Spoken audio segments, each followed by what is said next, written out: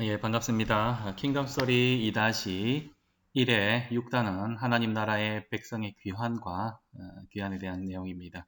오늘은 22과 느헤미야의 귀환과 성벽 재건에 대해서 한번 생각해 보겠습니다. 느헤미야 2장, 6장 그런 말씀입니다.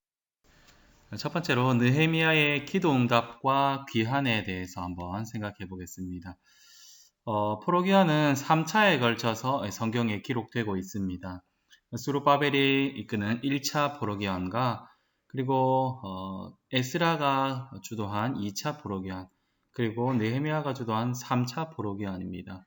그 1차, 2차, 3차는 각각 이 목적이 있는데 1차 포로기환의 목적은 이제 귀환 자체에 이제 목적이 있습니다. 하나님께서 예레미야를 통해서 70년이 지나면 다시 돌아오겠다 한 그 예언이 성취되는 그러한 것이 되겠고요. 그리고 또 하나님께서 돌아오겠다고 한 그 70년이 하나님께서 떠나간 시점으로부터 다시 70년이 되는 것과 또 귀환과 70년 이런 것들도 있기 때문에 또 성전 재건과도 관련이 있습니다. 그래서 귀환과 성전 재건이 1차 포로기환의 이제 목적이다 이렇게 볼 수 있습니다. 그리고 2차 포로기환은 이제 말씀이 회복되는 것입니다. 에스라가 정말로 제사장 아론의 16대 손이고 또 학사 겸 제사장이죠. 그러한 에스라가 말씀을 가르치기로 결심하였습니다. 그래서 가서 이스라엘 백성들이 말씀이 없음으로 인하여서 너무나 좀 피폐한 삶을 살고 하나님의 뜻대로 살지 못하는 그것을 이제 회복시키고 말씀을 가르치기 위해서 갑니다. 그리고 3차 포로기환은 성벽 재건입니다.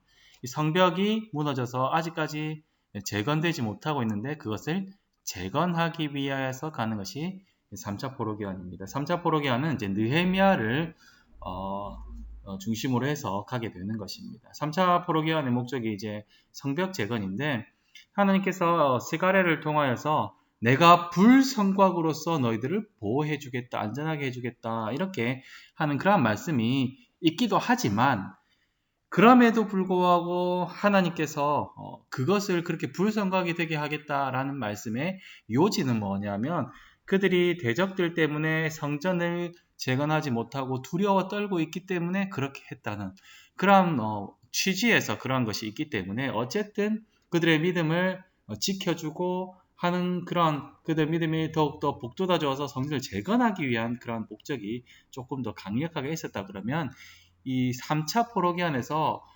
어떻게 보면 실제적인 성곽을 재건하여서 그들이 믿음이 약한 자든지 믿음이 강한 자든지 어떤 자들인지 상관없이 그곳이 회복되고 안전하게 되기를 바라는 목적이 있는 것입니다. 그런데 이것을 위하여서 느헤미야가 자신의 자리를 내려놓습니다. 느헤미야는 왕에 아주 가까운 자리에 있는 고위 관료입니다. 고위 관료이기 때문에 그가 어떻게 보면 평생 아주 고위 관료에서 좋은 삶, 우리가 뭐 일반적으로 사람들이 말하는 좋은 삶, 편안한 삶, 안락한 삶을 살게 될지도 모릅니다. 그런데 그 자신의 자리를 내려놓고 하나님의 나라를 위해서, 하나님 나라의 백성들을 위해서 함께 그 고난을 받기 위해서 함께 고난에 동참하기 위해서 감당하기 위해서 그 자리를 내려놓고 가려고 한다는 것입니다. 이 사람은 자기의 자리보다 사명이 우선하는 사람이다 이렇게 말할 수 있겠습니다. 자기의 안위보다 하나님 나라가 잘 되는 것, 하나님 나라가 회복되는 것을 더욱 기쁨으로 삼고 살아가는 사람이라는 것입니다. 그래서 느헤미야는 이를 위하여서 금식 기도를 합니다. 금식 기도를 통하여서 하나님께 응답을 받고 이제 예루살렘으로 가게 됩니다. 하나님은 바사 왕의 마음을 움직여서 그가 정말로 성벽 재건에 필요한 여러 가지 것들을 받게 되고 그러한 어떤 것들을 받고 떠나게 됩니다. 그래서 에스라에게 도움을 주셨던 그 하나님의 손길이 하나님의 선하신 손길이 이 느헤미야와도 함께 하고 있습니다. 두 번째로 이것을 하는 데에 그냥 순탄하게 이렇게 막 다 됐으면 좋겠는데 방해하는 사람들이 너무나 많이 있었다는 것입니다. 그 대표적인 사람이 산발랏이라는 사람입니다. 산발랏과 도비아 뭐 이런 사람들이 있는데, 산발랏이라는 사람인데, 이 산발랏은 어떤 사람이냐? 대제사장과 사돈지간입니다. 사돈.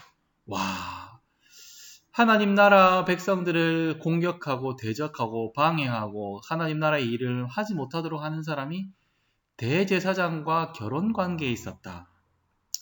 좀 충격적인데요. 그러나 이 일이 어떻게 보면 저는 좀 충격적인 일로 다가오지 않는 것은 지금 현재의 모습도 그렇게 다르지 않기 때문에 그렇습니다.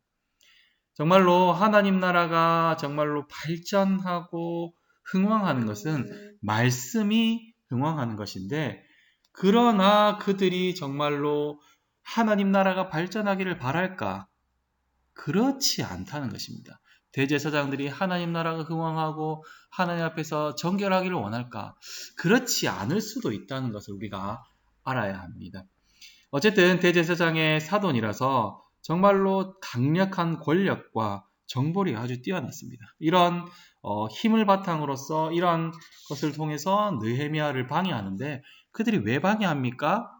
성경은 이렇게 말합니다. 이스라엘 자손을 흥왕하게 하려는 사람이 왔다 함을 듣고 심히 근심하였다. 이들이 방해하는 이유는 이스라엘 자손이 흥왕하는 것을 반대하기 때문입니다. 이스라엘 자손이 다시금 하나님을 섬기면서 하나님 나라로서 세워지는 것을 반대하는 것입니다. 왜 그렇습니까? 그들은 하나님 나라가 발전하고 흥왕하는 것이 싫기 때문입니다.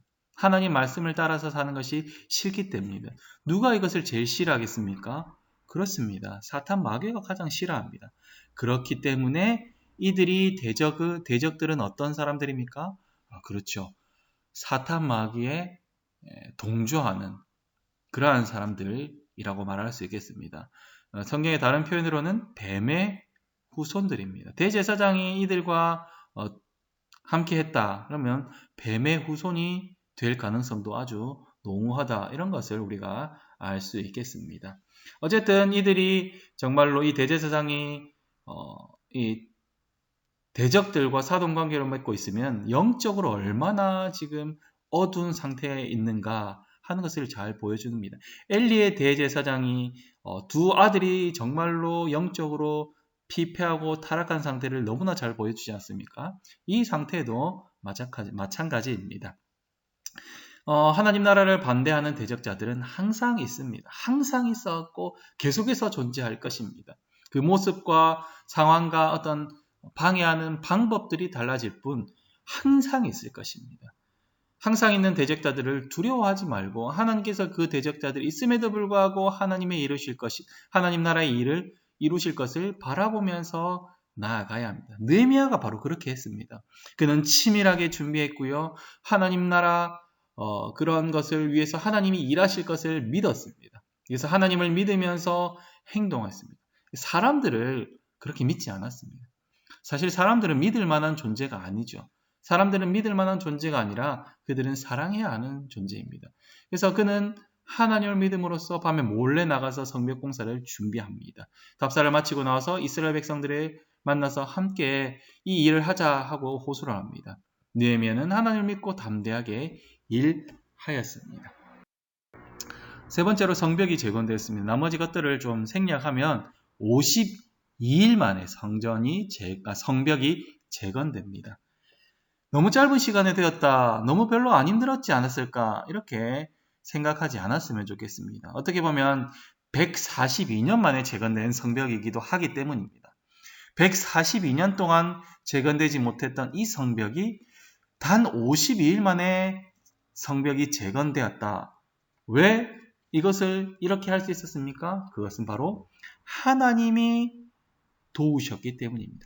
하나님께서 함께 하시고 하나님께서 이들에게 능력을 도와주시고 지켜주시고 그들이 일할 수 있도록 해주셨기 때문에 이 일이 가능했다는 것입니다. 그리고 이들도 성벽 공사를 쉬지 않고 하며 또 칼을 차고 일을 했습니다. 정말로 대적들의 계속된 공격에도 불구하고 굴하지 않고 일을 했다는 것입니다.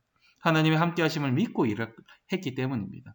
하나님 스가랴에서 자신이 불성곽이 되어서 이스라엘을 지켜준다라고 말씀하셨습니다. 그리고 실제적으로 하나님께서는 또 이 성벽, 성곽을 재건하게 해주셨습니다. 믿음이 약한 성도들을 위한 하나님의 배려이기도 하지만 무엇보다도 예루살렘이 회복되었다 하는 하나님 나라의 회복을 선포하는 일이기도 합니다. 예루살렘은 그냥 어떤 이스라엘의 수도 정도가 아닙니다. 우리가 그곳에 역사와 뭐가 중심지다 이렇게 하는데 그 정도만이 아니라 예루살렘은 어떤 나라입니까? 어떤 곳입니까? 예루살렘은 그곳은 바로 이삭이 드려진 자리고 예루살렘은 많은 사람들을 위한 죄 용서를 위한 성전이 있는 자리고 무엇보다도 그곳에 예수 그리스도의 십자가가 선 자리입니다. 그곳에서 모든 사람들의 죄, 하나님께서 약속하신 모든 사람들의 하나님의 백성들의 죄를 담당하는 십자가가 선 자리가 바로 그 예루살렘입니다. 예루살렘의 회복은 하나님 나라의 회복입니다. 예루살렘의 회복은 하나님 나라의 회복입니다. 지금도 그렇습니까? 지금은 그렇지 않습니다. 지금도 물론 그 예루살렘에 있는 사람들이 하나님께로 나와서 회복되는 것은 이제 회복이기도 하지만 그것이 지금과 그때와 연관성이 그렇게 있지 않다는 back to 예루살렘. 이것은 어떻게 보면 잘못된 신학에서 출발한다. 이렇게 우리가 알면 좋겠습니다. 어쨌든 이 예루살렘의 회복은 하나님 나라의 회복이 된다는 것입니다. 성벽이 완공되었다. 그러면 이제 우리가 할 수 있는 일이 없구나 하고 대적들이 물러갔을까요? 그렇지 않습니다. 대적들은 계속해서 포기하지 않고 공격합니다. 우리도 마찬가지죠. 우리가 하나님을 믿게 되었다 그래서 대적들이 이제 공격이 없습니까? 아니죠. 더욱더 강력하게 우리를 공격하고 위협하고 우리를 넘어뜨리려고 합니다.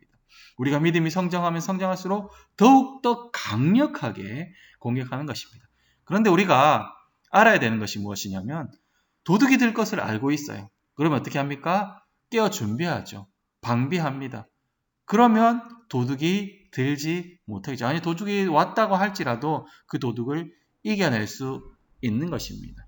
우리가 날마다 도둑이 올 것을 확신하고 깨어 준비하는 우리가 될 수 있기를 바랍니다. 그럴 때에 대적의 공격을 이길 수가 있는 것입니다. 대적이 언제 올지 모르기 때문에 우리는 그냥 손 놓고 있자 이러면 안 된다는 것입니다. 우리가 그것이 있음을 알고 날마다 말씀 안에서 하나님 안에서 믿음으로써 성장해 나가고 날마다 말씀으로써 하나님께 기도함으로써 이것들을 이겨나가야 한다는 것입니다. 그래서 이것들을 우리 자녀들에게도 계속해서 가르쳐주고요. 우리가 하나님 나라 안에서 어떻게 우리의 삶을 살아갈 것인가를 우리 자녀들에게도 계속해서 가르쳐주면 좋겠습니다. 말로써 또한 행동, 이제 우리 삶으로서 가르쳐줄 수 있는 우리 교사들과 부모님들이 다 될 수 있기를 간절히 소망합니다. 정리하겠습니다. 하나님께서는 헌신하는 백성의 기도를 사용하십니다. 그리고 대적들의 방해에도 불구하고 낙심하지 말고 책임있게 헌신해야 합니다. 그리고 온전하게 될 하나님 나라를 바라보면서 끝까지 헌신해야 합니다. 20일간은 어떻게 실천을 잘 하셨습니까? 20일간 구체적인 실천을 잘 했는지 한번 나눠볼 수 있기를 바랍니다. 그리고 22가 적용을 하면 좋을 것 같은데요. 하나님 나라를 위해서 느헤미야가 자기의 좋은 자리, 고위 관직을 내려놓았습니다. 하나님 나라를 위하여서 내가 내려놓아야 할 것은 무엇이 있을까? 그래서 내가 어떻게 내려놓을 것인가를 한번 생각해보고 나눠주시면 감사하겠습니다. 그리고 하나님 나라의 대적자들이 여러 방법으로 경건한 백성들을 위협한다 합니다. 그런데 내가 최근에 경험한 그런 위협이나 그로 인해서 낙심하였다면 어떤 것이 있는지 한번 나눠봐 주시면 감사하겠습니다. 그리고 이번 말씀을 통해서 내게 구체적으로 어떻게 실천할 것인가 그런 것을 한번 나눠주시면 감사하겠습니다.